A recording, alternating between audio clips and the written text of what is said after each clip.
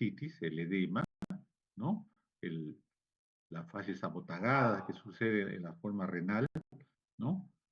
Y los elementos necesarios para saber que la ascitis y el abogatamiento, ¿no?, de las fases generalmente se debe a problemas de edema de origen renal,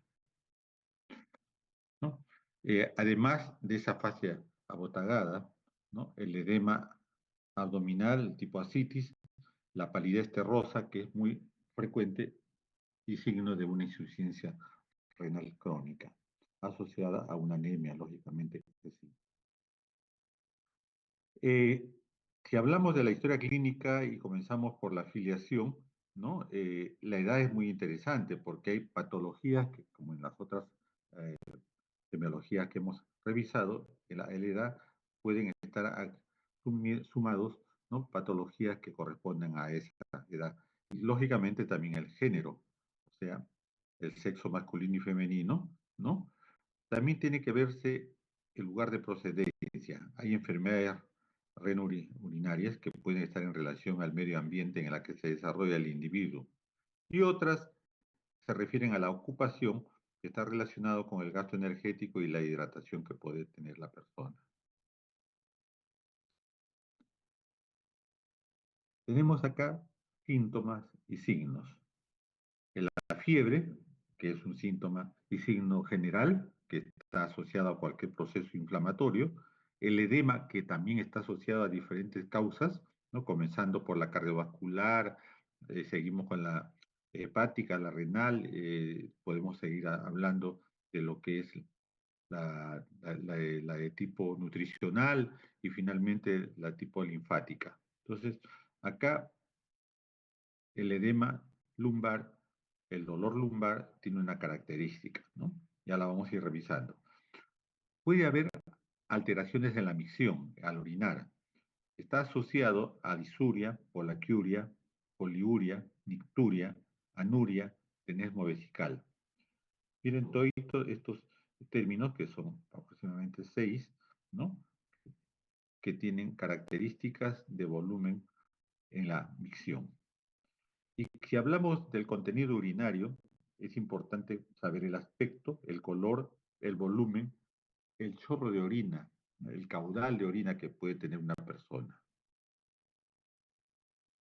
Todos estos síntomas y signos pueden corresponder a padecimientos renales, ¿no?, que se pueden asociar inicialmente en la zona más baja. Ya vamos a ver la división de la parte semiológicamente genitourinaria, y puede asociarse a problemas de pielonefritis y tuberculosis renal.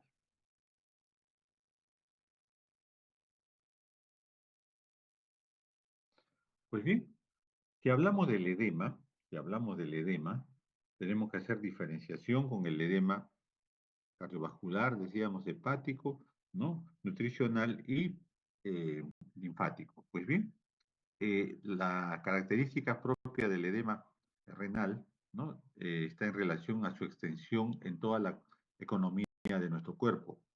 El edema a nivel de los párpados, el edema en las extremidades, ¿no?, las cuales pueden ser permanentes y que no disminuyen con el decúbito. Ya saben, para hacer diagnóstico diferencial con el edema cardíaco es un edema evolutivo, ¿no? En la noche funde edemas y en la mañana está despierto casi sin edemas y durante el día se edematiza, cardiovascular, ¿no? Entonces, una diferenciación entre estos grandes grupos sería eso. Eh, el otro gran problema es el dolor. Decíamos que el dolor no corresponde propiamente al riñón, corresponde a la cápsula renal. Y por lo tanto, el dolor renal está en relación, ¿no?, al aumento de volumen del riñón. Puede el paciente estar muy grave, pero si no hay aumento del volumen del riñón, esto no se manifiesta con dolor. Y muchas gentes van al consultorio y van a la consulta médica quejándose del dolor de los riñones y se agarran la zona lumbar bilateral. Y es una persona que entra caminando y con una historia clínica anamnésica que no tiene nada que hacer con un problema de origen renal. Entonces estos hechos nos llevan a lo que es más frecuente, la lumbalgia, ¿no? Y la lumbalgia, ¿no?, está en relación a los patologías musculares y de la columna vertebral. Por lo tanto, no debemos confundir el dolor de origen renal con el dolor de origen osteomuscular y columna vertebral. El dolor renal siempre es una cosa grave porque distiende, ¿no?, la cápsula renal y por lo tanto ahí duele. Pero además del dolor renal viene el dolor ureteral. Cuando hablamos del dolor ureteral tenemos que hablar de su geografía, comenzando por la pelvis renal y llega el uréter hacia la vejiga. Por lo tanto, ¿no?, ese dolor ureteral generalmente está asociado a una migración de un cálculo renal, a la migración de un cálculo renal. Está asociado a una infección urinaria alta. Está asociado a problemas, ¿no?, infecciosos de tipo ureteral. Y por lo tanto, ese dolor puede ser fijo en la región lumbar y, en muchos casos, migrar, caminar hacia la región anterior al abdomen y llegar hasta el hipogastrio y de ahí puede llegar hasta la uretra. Entonces, eso es muy importante, el dolor tipo cólico, ¿no?, del dolor ureteral. En cambio, el renal, la característica es que es un dolor también muy molestoso, pero es un dolor como en el hígado, sordo, constante, ¿no?, y una sensación de dolarividad, un adoloramiento, casi semejante a como podríamos hablar del crecimiento hepático cuando distiende la cápsula de Gleason.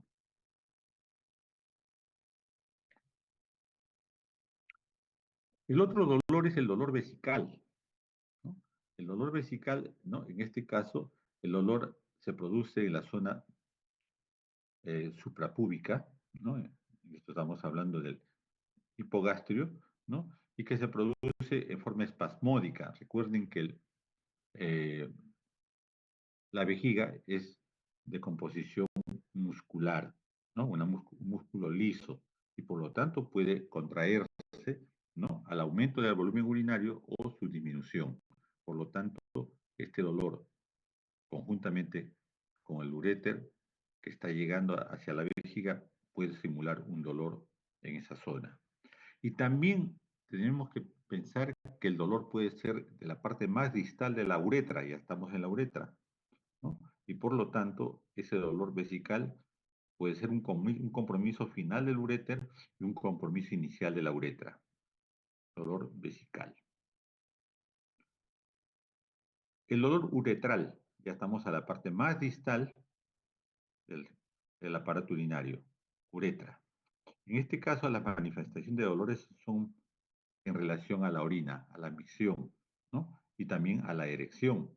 Recuerden que en el varón está relacionado con el acto sexual, la uretra peniana, ¿no? Y por lo tanto hay que tener en consideración que este dolor puede estar asociado también a su erección. En este caso, cuando el dolor se produce durante la orina, durante el periodo de orinar, le llamamos disuria. En este caso, la disuria entonces es un dolor que se produce durante el acto de orinar. Este esquema es para mostrarles justamente los órganos del aparato urogenital, ¿no? Les decía que la parte alta son los riñones, la pelvis renal, los uréteres, ¿no? Y la parte inferior elemento inferior es la vejiga y la uretra, ¿no? Solamente para que vean el esquema en ese sentido. Ya vamos a ver lo de los cálculos. Acá ya estamos poniendo un calculito que está migrando, ¿no?, en varias posiciones. Lo vamos a ver después. Pues bien, si hemos dividido al aparato urinario en altas y bajos, la sintomatología primaria del bajo es diferente a la sintomatología urinaria alta. En la zona baja, estamos hablando vejiga y uretra, lo más probable es que tengamos disuria, polaquiuria. La disuria, ya saben, dolor al orinar durante la micción. La polaquiuria es la sensación de orinar, ¿no?, cerrar el caño y inmediatamente tener nuevamente la sensación de orinar y orinar escaso. Volumen escaso al orinar y sensación de necesidad de orinar inmediatamente, menos de 30 segundos nuevamente, por la poliacuria. La urgencia miccional está en relación a la sensación de querer orinar, sí o sí. ¿No? Generalmente, en este caso, la uretra distal es la que está comprometida. Y el tenesmo vesical es la sensación de querer orinar y no poder hacerlo. Sensación de orinar, abro el caño y no sale nada. Tenesmo vesical. Y el otro es el dolor suprapúbico. Todo esto en relación a síntomas de infección urinaria baja. Cuando hablamos de la alta, recuerden ustedes, parénquima renal, ¿no? Seguimos bajando, ¿no? Los uréteres que están asociados al riñón por la pelvis renal, ¿no? Eh, la parte alta. Estos tienen otras características. Están asociadas a una infección generalmente de mayor envergadura y una infección general. Por lo tanto, existe fiebre, existe dolor lumbar, hay náuseas, hay vómitos. Y la orina es una orina maloliente y turbia. Estas son las características básicas de lo que es una infección urinaria alta. Podemos asociar a la insuficiencia renal crónica. Estamos hablando de síntomas y signos con los que ustedes van a preguntar a sus pacientes en lo que se refiere a la historia clínica. Todavía no he hecho yo, eso ya corresponde a otra clase, la insuficiencia renal crónica. Acá estamos viendo síntomas de origen renal crónico. Si la insuficiencia renal crónica es incipiente, está estadio 1, 2, 2A, 2B, 3, pudiera haber no signos básicos. Pero cuando ya usted está en una fase de uremia, entonces sí, hay náuseas, hay vómitos, hay anorexia, hay adelgazamiento, hay prurito, hay debilidad, hay astenia, hay letargia, hay confusión, hay anemia, ¿no? Hipo e insomnio, ¿no? Miren, estos son los síntomas urémicos que están en relación al hecho de no dializar, o sea, de no filtrar adecuadamente la orina. Algo paralelo a ello sucede cuando hay un problema de crecimiento prostático. Esto es en el varón. En el varón existen síntomas y signos que nos dicen que el problema es prostático. La disuria que ya saben lo que es, la poliuria que ya saben, el tenesmo vesical, ¿no? La disminución de la fuerza y tamaño del chorro, esto sí es nuevo. Esta es una característica asociada directamente a un crecimiento prostático. Hay un goteo al final de la micción, crecimiento prostático. Hay retención urinaria, crecimiento prostático. Hay una urgencia miccional, crecimiento prostático, incontinencia urinaria y bifurcación del chorro, que también puede haber en procesos infecciosos urinarios. Lo importante es reconocer cada uno de estos síntomas y signos a la hora que yo tengo un paciente. Recuerden ustedes las preguntas abiertas y la pregunta cerrada. Las abiertas yo invito al paciente que me cuente el problema de enfermedad que lo trae. Y las cerradas son las repreguntas que yo hago basados en el conocimiento fisiológico, anatómico, fisiopatológico, bioquímico y todo lo que han aprendido ustedes atrás. Ya es mi pedido al paciente, ¿no? A través de las preguntas, de buscar la causa del problema.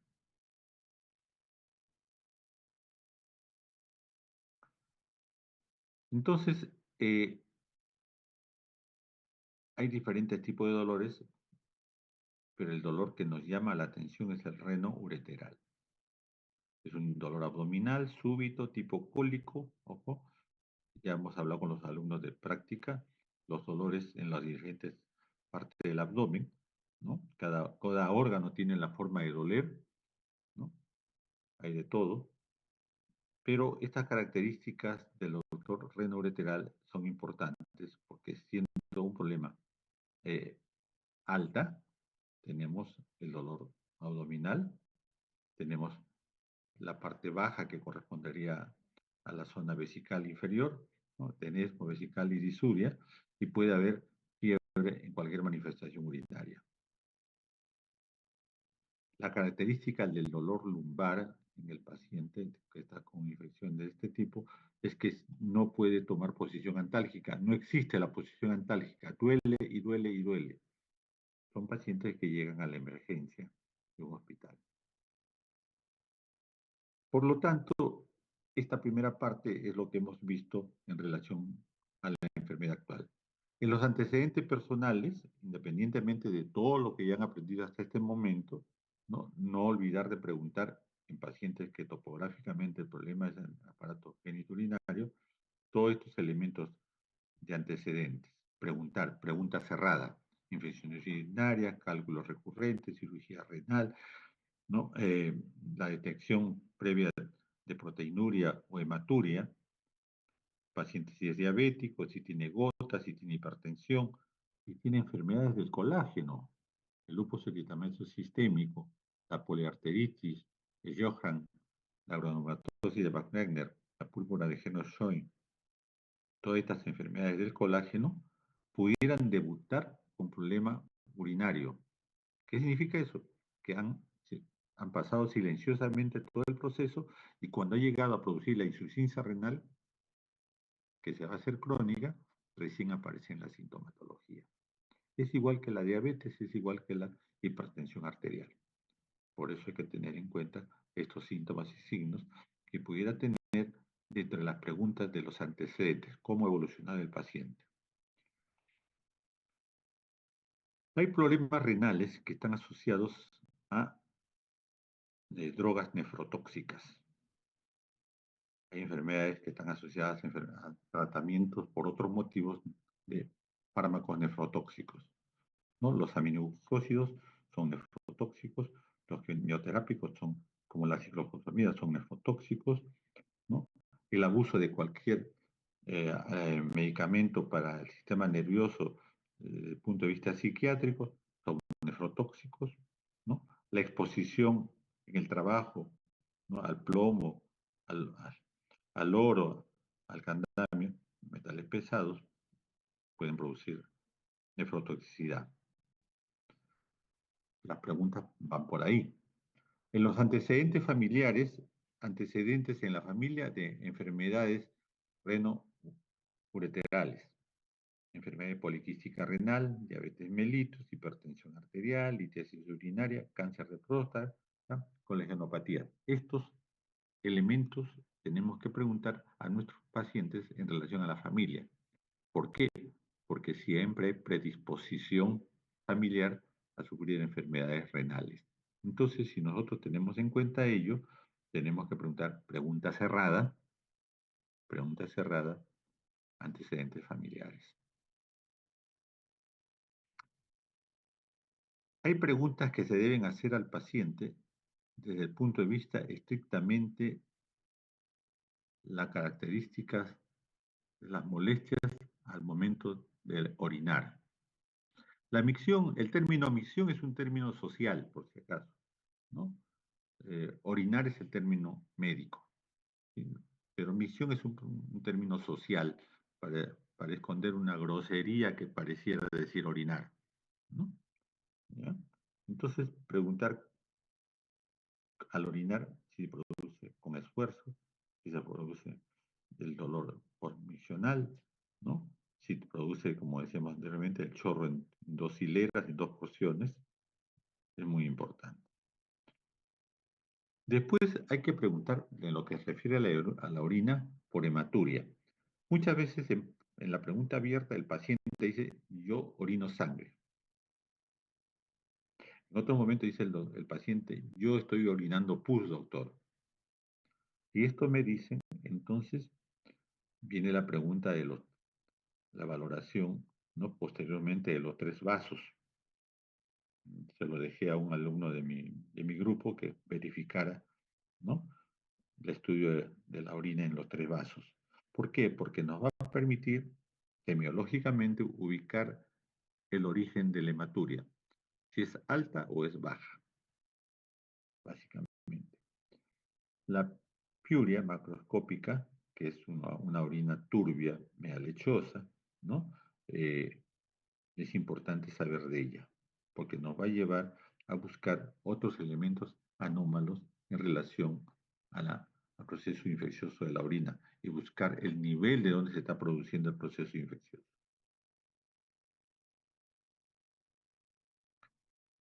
Seguimos nosotros conversándoles a ustedes, ¿no? Del aspecto general del paciente. Volvemos a hablar de la fascia renal. La fascia renal, artroscópicamente, es la característica del edema de la cara, principalmente en la parte de los tejidos laxos, esto es, en la zona palpebral. Al mismo tiempo, la palidez de los tegumentos por el proceso de anemia que lleva los procesos crónicos de la insuficiencia renal, ¿no? Y la letargia del paciente, porque entra en toxicidad haciendo movimientos lentos. Examen de exploración física, básicamente. Aparte de todo lo que han aprendido hasta ahora, lógicamente. ¿Qué podemos observar a la inspección? Podemos observar de diferentes puntos de posición, ¿no? La posición sentada, en la cual comparamos las fosas lumbares, paciente con descubierto el dorso, ¿no? Buscando si encontramos simetría, en este caso asimetría, entre los dos espacios de las fosas lumbares. Inspección, ¿no?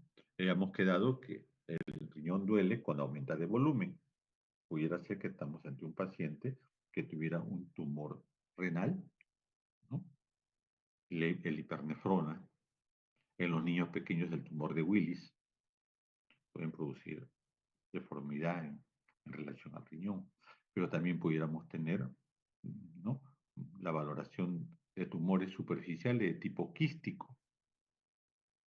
Entonces, ese es un hecho que hay que tener en cuenta.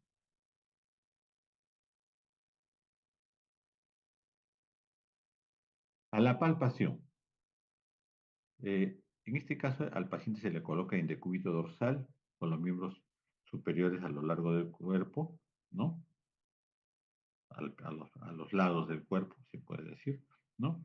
Y los pélvicos, o sea, los miembros inferiores semiflexionados para realizar la palpación. Eh, a diferencia de la palpación del abdomen en relación al aparato digestivo, la palpación valorando lo que es la parte geniturinaria hay que tener mayor flexibilidad. Los rectos no pueden estar tan densos porque no nos van a permitir palpar órganos de la zona eh, infraumbilical, ¿no? Sobre todo buscando, ¿no?, tumoraciones, porque los riñones fundamentalmente muchas veces encontramos el problema por el hecho de palpación del riñón. Esta es una posición, ¿no?, muy interesante para buscar crecimiento renal, ¿no? La mano izquierda abajo para hacer punto de apoyo, la mano derecha en la zona, ¿no?, del flanco derecho, un poquito tirando a la línea del epigastrio, disculpen, de la zona del hipocondrio derecho, ¿no? Como si estuviéramos palpando el hígado, ¿no? Pero en este caso lo que estamos buscando es una tumoración que sea dependiente del riñón. Vamos a ver otras imágenes después. El peloteo renal es la variación, ¿no?, de la búsqueda del riñón, sobre todo en personas delgadas. Decíamos que los pacientes que tienen problemas renales generalmente bajan de peso, ¿no? Entonces, se puede hacer el peloteo renal. Estamos hablando desde el punto de vista semiológico. Estamos hablando que no estamos teniendo ecografía no tenemos tomografía, no tenemos resonancia magnética. Si están en la zona más alejada de Lima, dentro de Lima metropolitana, están en Caraballo, la gente no tiene plata para hacer exámenes complementarios. Y si hablamos de nuestras provincias, con mayor razón todavía. Estamos hablando del médico que va a ir a hacer su serum, en la que no tiene nada que ver con todas las facilidades que tienen en los hospitales nivel 3.1, ¿no? No tenemos eso.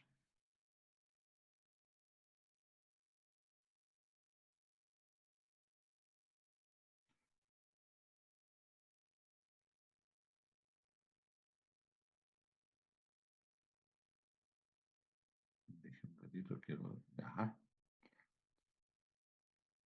Eh, tenemos algunas, algunos elementos topográficos, ¿no? En la cual ustedes tienen el punto en el ombligo, el otro punto en ilíaca anterosuperior, ¿no? Y el otro punto en pubis. Tenemos, ¿no? Una zona romboidal. ¿Qué estamos buscando? Estamos buscando líneas que nos permitan ubicarnos más fácilmente en lo que serán después los puntos dolorosos, ¿no? Los puntos dolorosos renureterales, los puntos dolorosos vesicales, los puntos dolorosos eh, suprapúbicos.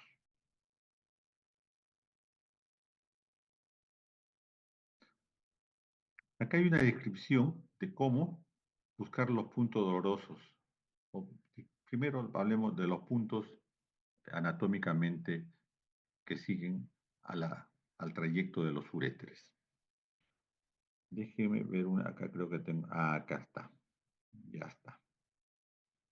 Miren ustedes, riñones, sale la pelvis renal y salen los uréteres. Me voy a agarrar en el uréter derecho. El uréter derecho, ¿no? Sale de la pelvis renal y se viene hacia la superficie anterior del abdomen. Se viene a la superficie anterior del abdomen. Y justo que el borde externo de los rectos, anatomía, rectos abdominales, justo en el borde externo de los rectos, a la altura del ombligo, hace una primera curvatura fisiológica de normalidad. El uréter sale de la pelvis renal, se viene hacia la región anterior, a la altura de los rectos del abdomen, derecho e izquierdo, hacen la primera curvatura fisiológica del uréter. A este punto le llamamos punto renoureteral superior. El uréter se viene paralelo al borde externo de los rectos. Se viene al borde externo de los rectos. Y a la altura del ombligo, vuelven a hacerse posteriores. Vuelven a hacerse posteriores. Y ahí se produce una segunda curvatura fisiológica del uréter en su trayecto hacia la vejiga. Se hacen posteriores y posteriormente estos dos uréteres, derecho e izquierdo, ingresan a la vejiga por la cara posterior. Por la cara posterior. En ese ingreso por la cara posterior de la vejiga se produce una tercera curvatura fisiológica para poder ingresar a la vejiga. Y ese es el punto renoureteral inferior. Primera curvatura, ¿no? La primera curvatura, punto renoureteral superior, segunda curvatura, ¿no? Vuelvo a repetir. Primera curvatura a la altura del ombligo. Segunda curvatura a la mitad entre el ombligo y el pubis, que se hace posterior. Punto renoureteral medio. Y la tercera curvatura a la hora que ingresa por detrás de la vejiga. Tercera curvatura, punto renoureteral inferior. La primera a la altura del ombligo, en el borde externo de los rectos. La segunda a medio caminar, a la mitad, al lado de los rectos, que se hace posterior. Y la tercera cuando ingresa por la región posterior de la vejiga. Ahí están los tres puntos renouterales. Normalmente no duelen. Normalmente no duelen. Ya vamos, eso en práctica se va a hacer. El otro punto es el costo vertebral y el costo muscular. Esto ya en la región posterior del tórax y de la región lumbar. Tenemos el punto costo vertebral y el punto costo muscular. Los dos puntos en práctica lo tienen que revisar. Normalmente, cuando yo golpeo en estos puntos lumbares, eso se denomina puño percusión lumbar, no duele. Esta es la región posterior del paciente, ¿no? Hay dos ángulos, el costo vertebral y el costo muscular. A ver qué tengo acá. Acá está. Si yo, déjeme ver, ya está. Un ratito. Si yo aplasto con mi dedo bidigital los puntos uretral superior y uretral medio, normalmente no duele. Pero si yo tengo una orina infectada, si yo tengo un cálculo migrando, justamente en esa curvatura donde se estrecha la luz del túbulo ureteral, ahí tiene mayor contacto con la orina infectada y con el cálculo también. Y por lo tanto se produce el dolor intenso. Y si yo le hago el punto renoureteral, va a ser positivo. Una cruz, dos cruces o tres cruces, hasta cuatro cruces. En cada una de estas curvaturas, cuando llega a pasar el cálculo, van a producir dolor. Y si yo hago el punto renoureteral, va a ser positivo. El inferior, como quiera que se hace, posterior, por la cara posterior de la vejiga, entonces la única forma de examinarlos es mediante tacto rectal. El punto ureteral inferior para ver positividad o no, tiene que hacerse mediante el tacto rectal toda vez que está ingresando por el lado posterior de la vejiga. Muy bien. El costo vertebral y el costo muscular en la región posterior. Acá está. Entonces tienen acá las definiciones. El profesor a la hora de la práctica va a enseñarles a colocar el puño, el punto que puede ser bimanual o puede ser unimanual. Se les enseña la intensidad con la que hay que golpear. No voy a golpear violentamente porque a todo el mundo le va a doler, sino un golpe suave y seco que al vibrar produce dolor. Ahí tienen ustedes los relatos puntuales de la parte donde quedan. Pues bien, miren ustedes, ¿se produce el cálculo o se produce el proceso infeccioso? Los puntos renoureterales superior o, o medios, derecho o izquierdo, son positivos. Dependerá de cuál de los uretres esté comprometido. Lo puntual es que yo tengo acá, en la región posterior del tórax, bajando a la región lumbar, el área donde se produce el dolor renal. Esta es la región lumbar, la región posterior. Y cómo esto puede aparecer, miren ustedes, a la región anterior. Va a ir un dolor un poco oblicuo, pero después va a ser horizontal.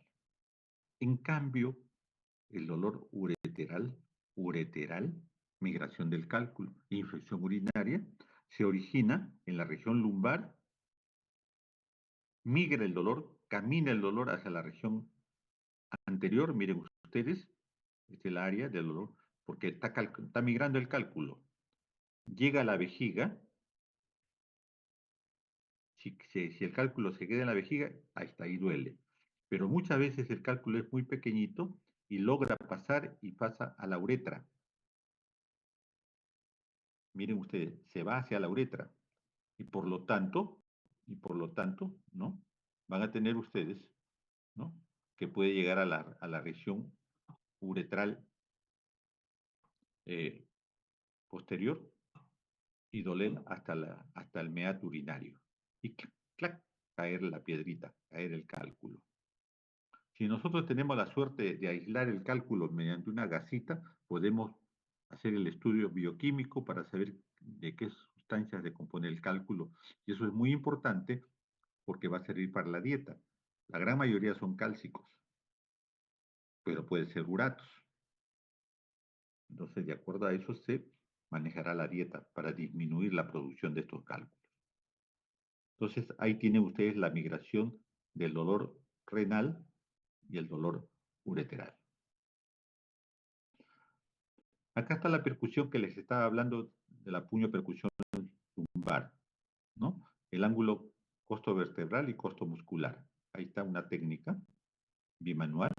Esta es la técnica bimanual, que yo es la que yo soy el que utiliza eso, me gusta utilizar, me siento más seguro, ¿ya? La percusión, ahí tienen la percusión en el paciente. ¿Qué sucede? Si yo percuto, el riñón no me va a doler. Ya les dije, duele la pelvis renal o los uréteres. Por lo tanto, para que duela esta puño percusión lumbar que yo hago, lo que voy a buscar es que haga vibrar la zona que sale del riñón, o sea, la pelvis renal y el uréter.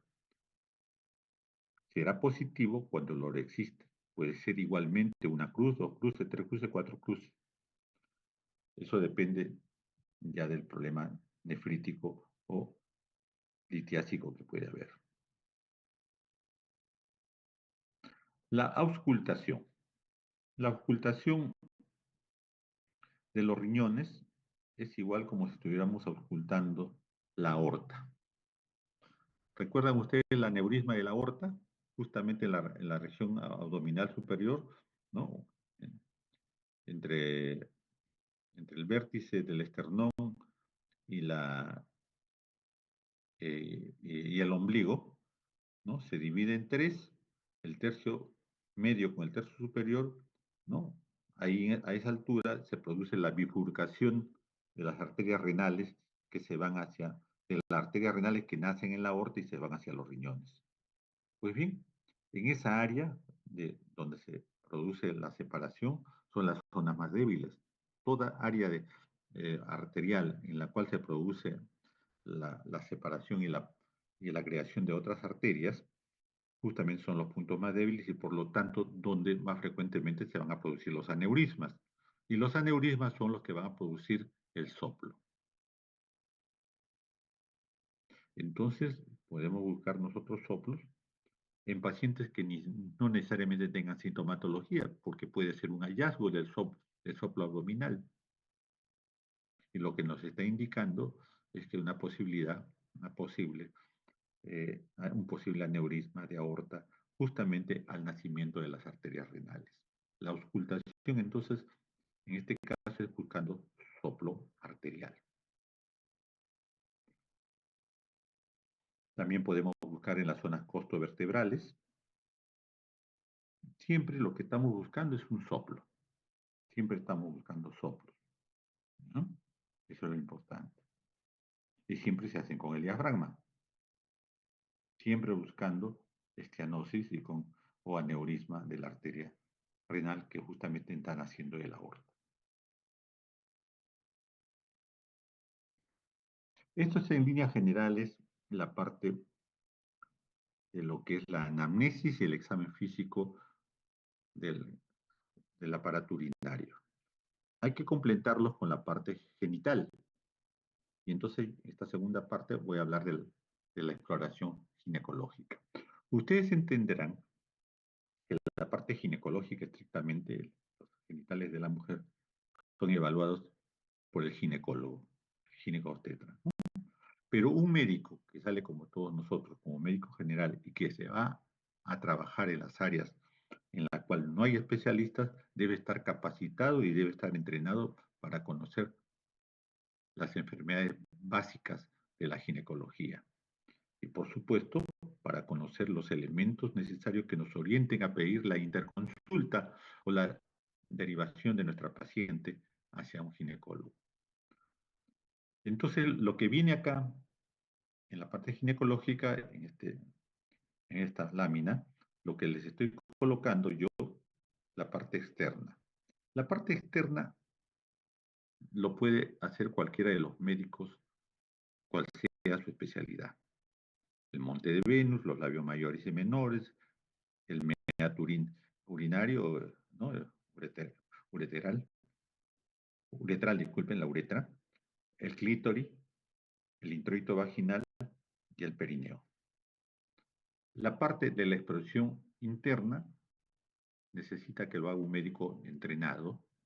De todas maneras, ustedes van a llevar ginecología y van a aprender, eso depende de su vocación de aprender, no necesariamente porque vayan a ser ginecólogos, sino porque son médicos generales inicialmente y deben conocer todo, van a conocer la parte de cómo se examina la vagina, el cervix, el útero, los ovarios, los músculos pelvianos, la pared rectovaginal. Todo esto tenemos que aprender. Esto es la parte interna en lo que se refiere a la especialidad de ginecología. Acá tienen ustedes un esquema de los elementos externos, ¿no? Los elementos externos que estamos hablando, esta primera parte, la columna de la primera parte, ¿no? Tienen ustedes los elementos que deben conocerse. Por decirles, eso ya lo deben haber hecho, ¿no? En la valoración del vello pubiano, ¿no? En el hombre es romboidal, en la mujer es triangular, pero hay patologías que pueden hacer perder estas formas, los problemas de tipo hormonal, los problemas de diabetes mellitus, hacen perder la forma del monte de Venus y por supuesto la vejez, ¿no? Después de los 70 años, ¿no? Se va perdiendo la uniformidad de este elemento que es protector del acto sexual evitando lesiones de los órganos, ¿no? Ahora por moda, ¿no? Las damas se depilan hasta esta zona, pero después van a buscar al ginecólogo o a su médico, ¿no? Teniendo dolores fuertes después de haber tenido actividad sexual. Y lo que usted encuentra es que se han rasurado totalmente y han quitado la función del monte de Venus. Y el hombre también está haciendo eso y crea problemas traumáticos. Entonces, esta área es muy importante. Miren ustedes dónde está el ano, dónde está la vagina y dónde está el meato urinario. Son tres elementos diferentes. Si ustedes les preguntan a mujeres eh, que no sean estudiantes de medicina o médicos, muchas, hasta con cultura general alta, creen que tienen solo un solo orificio. Y acá todavía faltan los otros dos orificios, ¿no? La glándula, ¿no? De Bartolino, ¿no? La glándula de Cooper, faltan. Entonces, mucha gente, a pesar que tiene cultura, no sabe que son varios edificios. Y la vecindad del ano con esta área hace que se produzcan las infecciones urinarias. Ya en teoría se la van a hacer. Acá tienen ustedes una clásica camilla para examen ginecológico. La camilla todavía que tiene la maternidad de Lima. Lógicamente, si ustedes van a las clínicas de más alto nivel, pues ahora todo es electrónico. Se sientan en una silla y rápidamente están colocadas para poder hacer el examen. Esto ha ido cambiando. Lo que no ha ido cambiando es la pulcritud con la que se debe examinar a la paciente, ¿no? Con los paños que debe utilizarse para cuidar su privacidad. Eso no ha cambiado y no cambiará, ¿no? Lo que les decía, la revisión de la glándula de Bartolino, los puntos, ¿no? De excreción de los elementos de la glándula Bartolino. Recuerden que es el lubricante, ¿no? En la excitación de la mujer para el contacto del el coito vaginal, pero que pueden producir procesos obstructivos en los orificios, en los meatos de la glándula Bertolino y crear grandes tumores con dolores intensos en la mujer que termina haciéndole un cortecito para poder evacuar toda esa pus. Y eso es en emergencia.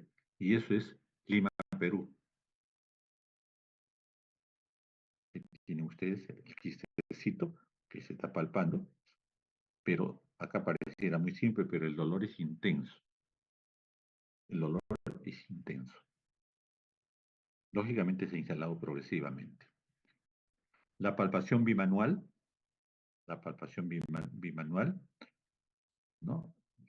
La mano que ingresa a la vagina va a levantar el cuello uterino y la mano que está en el abdomen va a palpar el útero, y se va a dirigir hacia el lado derecho e izquierdo, tratando de palpar las trompas de falopio y los ovarios.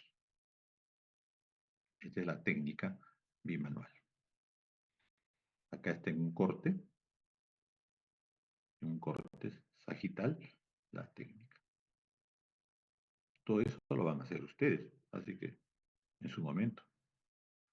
El útero puede tener dos posiciones. El 90% de las mujeres tienen el anteflexo, fácil de examinar, fácil de llegar, fácil de delimitar, anteflexo. Pero también hay un buen grupo de mujeres que tienen el retroflexo. Y eso no es anomalía, por si acaso, sino que es posición. La madre naturaleza les dio esa posición. Entonces tenemos que saber que son dos posiciones de normalidad.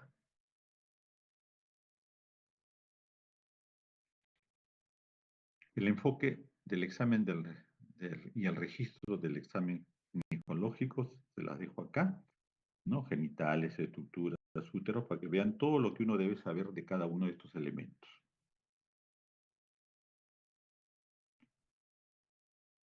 Pasamos finalmente a la parte masculina. El hombre puede ser evaluado en toda su estructura por el médico internista, por el médico de las diferentes especialidades y por el urólogo. Mientras el urólogo en la mujer solamente maneja la parte urinaria y los genitales lo ve el ginecólogo, en el hombre no. El urólogo maneja todo el problema eh, reproductivo del varón.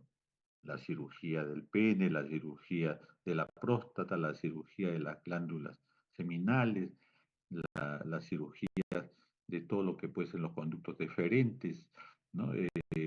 La gorrita que existe arriba, que se me está yendo el nombre, epidídimo, que es donde se acumula la tuberculosis genital. Todos estos elementos lo maneja el urólogo.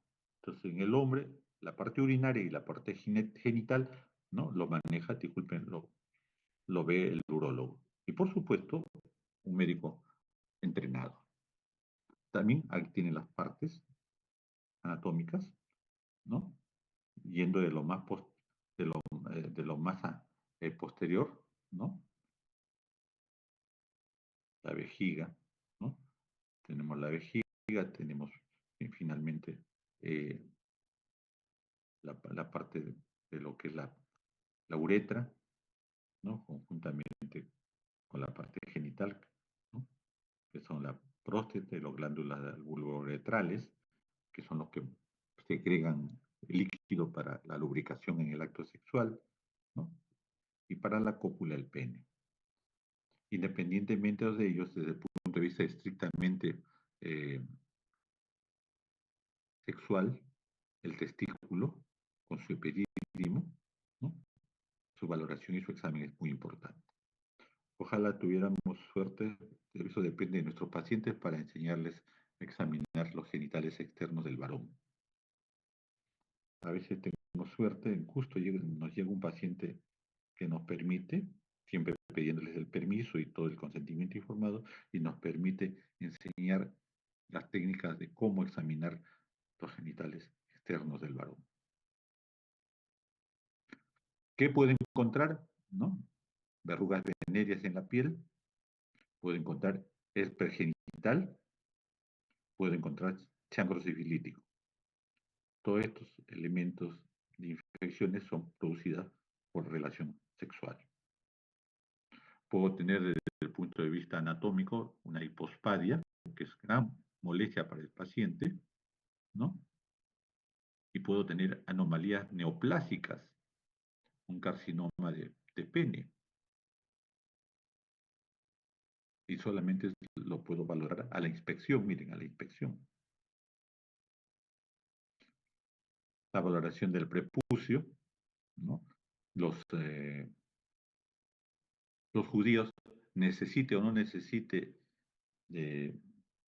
hacer el corte del prepucio, lo hacen, a ese rito se llama la circuncisión, ¿no? La circuncisión, le sacan el gorrito, dicen ellos, ¿no? Sí, ahora eso ya se hace en todo el mundo, no se necesita ser judío, ¿no?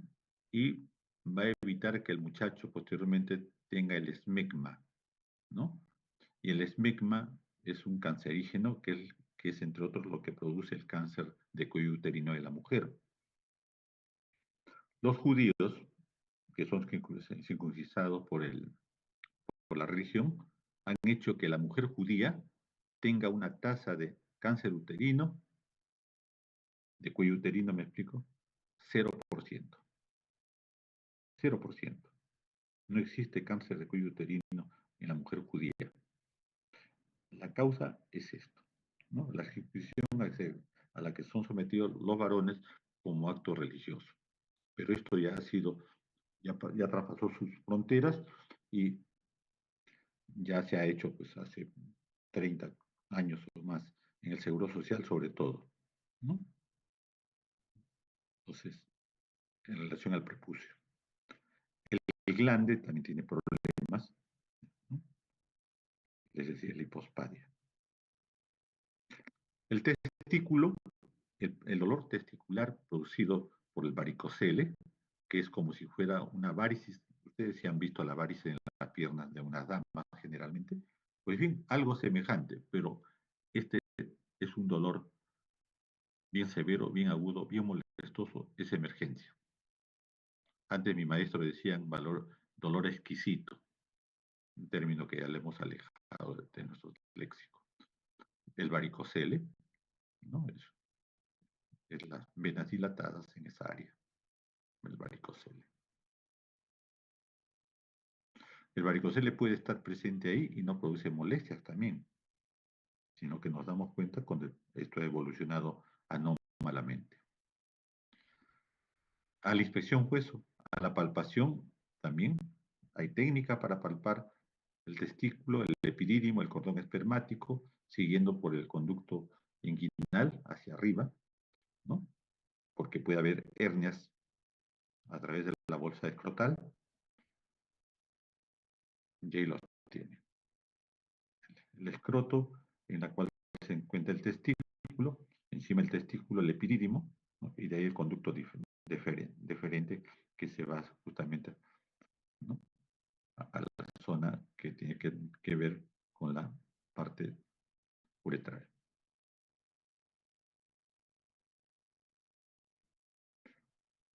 Ahí tienen las molestias que puede tener el paciente desde el punto de vista testicular. Les van a llegar pacientes que van a hospitalizar.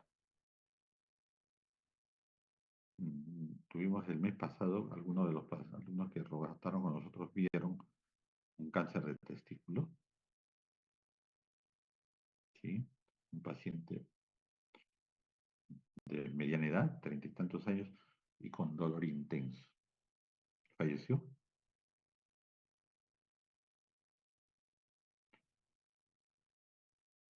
Entonces, características que pudieran estar desarrolladas con los ITS, las infecciones de transmisión sexual, ¿no? Dolor en el testículo, sangre en el semen, ¿no? Secreción en el pene, malestar general y problemas de fiebre, dolor inguinal, puede haber dolor a la orinar, ya saben ustedes, inflamación del escroto, y todas las patologías que puedan hacer que ese testículo, ¿no? tenga que ser examinado, por supuesto, hecho el mismo, asociado a otras técnicas como son la ecografía y finalmente la tomografía. Pero recuerden que eso es en el Hospital 2 de Mayo, en el Hospital Rebagliati, en los hospitales de Lima. Eso no hay en provincias. Y si lo hay, la gente no está tan entrenada como aquí en Lima. Por lo tanto, nos tenemos que asociar al cuadro clínico, al examen físico, semiológico, palpación igualmente. Ahí están las características que debemos buscar en la palpación, ¿no? Del testículo.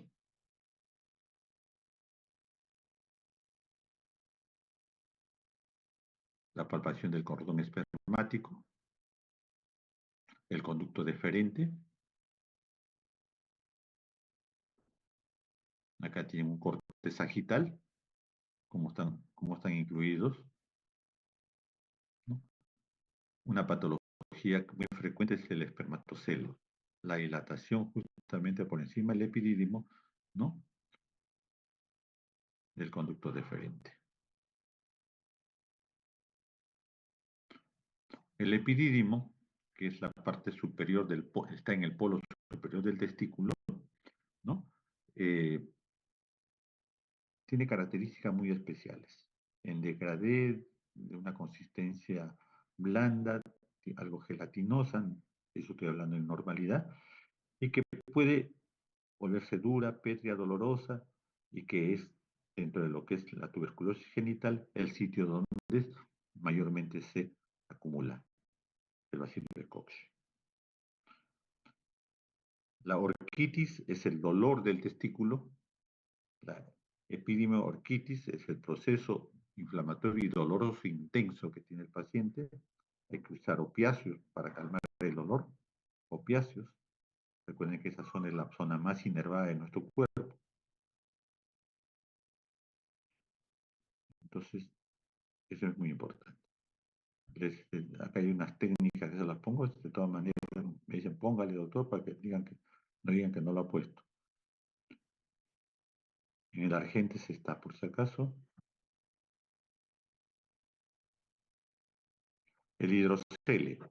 Así como hay edema abdominal, puede haber edema líquido dentro de la bolsa escrotal. Líquido, edema dentro de la bolsa escrotal. Ya eso se le denomina, ¿no? Hidrocele. Puede haber un tumor.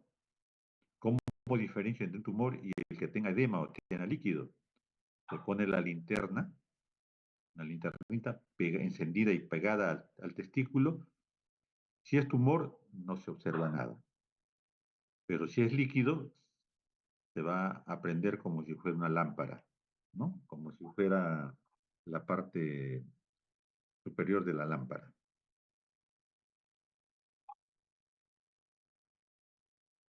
Independientemente de ello, podemos tener edema de la pared, ya no el hidrocelio, o sea, el líquido dentro de la cavidad escrotal, sino podemos tener edema líquido intersticial en la pared misma. A eso le llamamos edema escrotal, que tienen el edema. Las causas son muchísimas, desde un problema sistémico hasta un problema localizado. El escroto, la bolsa escrotal, tiene la característica que hay que seguir buscando, ahí las dejo. El conducto inguinal de igual forma.